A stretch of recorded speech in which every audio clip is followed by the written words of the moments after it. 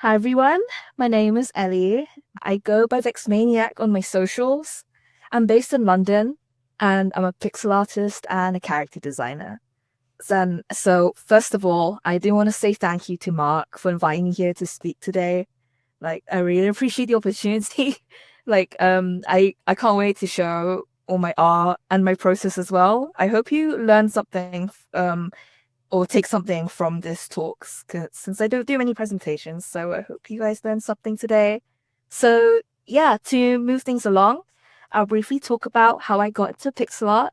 I'll show my work and process and share a few things I've learned along the way. So growing up, I've always loved to draw. I started young. I absolutely loved video games, anime. I was a huge nerd. My favorite games growing up were RPG Maker horror games and the early Pokemon games. I adored the pixel art direction that they had going on back then. But I never thought I could make games like that. I never knew the whole realm of games design was an option back then. Because games design wasn't a very obvious path for me growing up. Adults and kids my age at school never even brought up the idea of possibly going for a game design route. So for the longest time, I thought that the only art paths available for me were to either go into fine art or go into animation.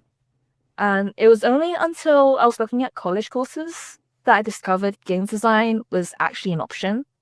And that's where I got introduced to things like concept art, character design, and pixel art.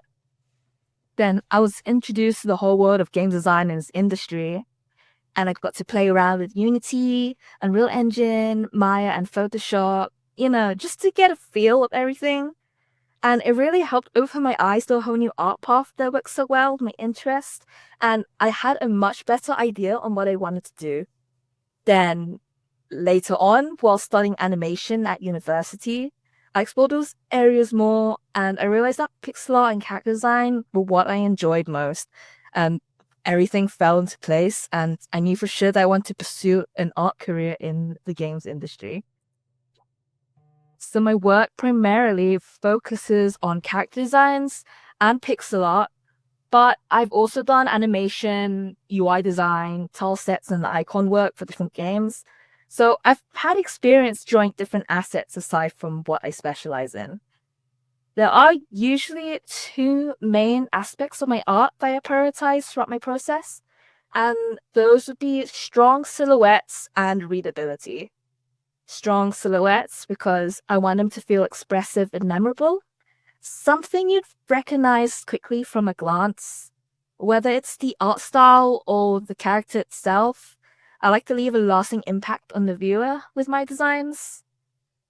I learned how important this was from studying art books, especially the Street Fighter ones. I grew up playing the games, and I loved how each character was designed so differently and stood out. And the art style and the shapes really define what makes it the Street Fighter art style. It's instantly recognizable. And my main goal is to develop a unique art style inspired by my favorite artists that I can happily call my own and have others recognize me through my art and characters. As for readability, as a pixel artist, this is really important when it comes to creating pixel art assets, especially since sprites are usually small in size. Details on small sprites need to be defined well in order to not get lost in its design, and they need good contrast so it doesn't look muddy and blended, and details that pop in such a small scale sprite. Now, next up, I'll run you guys through my usual work process. I attached some lovely step-by-step process gifts here for you whilst I run you through each stage. So yeah, I usually start with blocking out a general silhouette along with a sketch to draw out the rough features. And then I focus heavily on the silhouette first, making adjustments as I go along until I'm happy with its overall shape. And dynamic, exaggerated features are what makes a design more fun and interesting, in my opinion. I don't usually go for normal.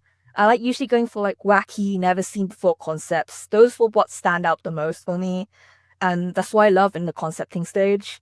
I can experiment with many iterations and poses before I lock in on the design to polish. So the poses help to visually portray the character's expressions and personality, to see if it works well with the shapes and the design I envision for it. And then I would add the base colors and then refine main details, making sure everything's cohesive before I move on to rendering and refining it.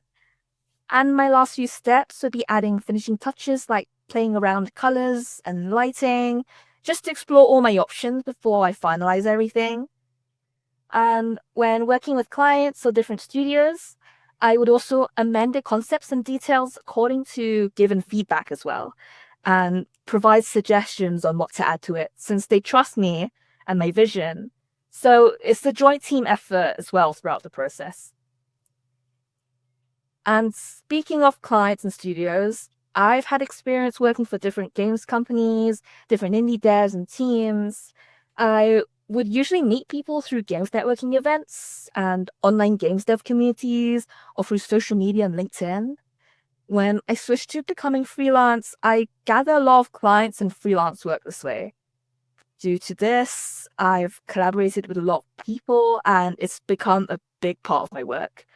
From my experiences, I've learned to adapt to different pipelines and make amendments to work based on feedback and make sure to communicate clearly with my clients throughout the process. And lastly, I'd like to wrap everything up by sharing a few things that help shape how I work. One thing that helped me a lot was focusing on getting the idea down first and worrying about the perfection later. This helped me overcome art block and actually finish more projects. Since before this, I would have so many good ideas that I'd never even get around to developing, simply from not knowing where to start or procrastinating and just like a lack of drive to start anything new. And this would really hold me back on doing anything productive until I changed my approach.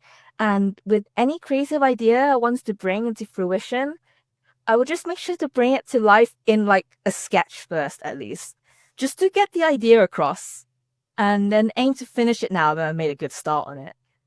The main part is starting it.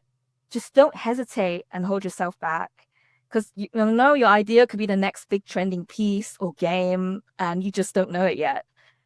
And I have mentioned this before earlier, but silhouettes are super important. It is what makes your design stand out. People love unique, memorable characters, so the shapes that make up the design plays a key part. And finally, I also want to point out that the concept stage will always be messy, and that's totally okay. Because I'm a bit of a perfectionist myself, so I do have to remind myself that things don't start polished and the details always come later. And that's pretty much everything from me. And yeah, I want to thank everyone for taking the time to listen to me. Thanks again to Mark and the Limit Break mentees for having me here. And if you would like to see more of my work or connect somehow, my portfolio and socials are on the screen. I'm always happy to chat about art, games, or future projects of yours if you do want to share. And if anyone has any questions, feel free to ask.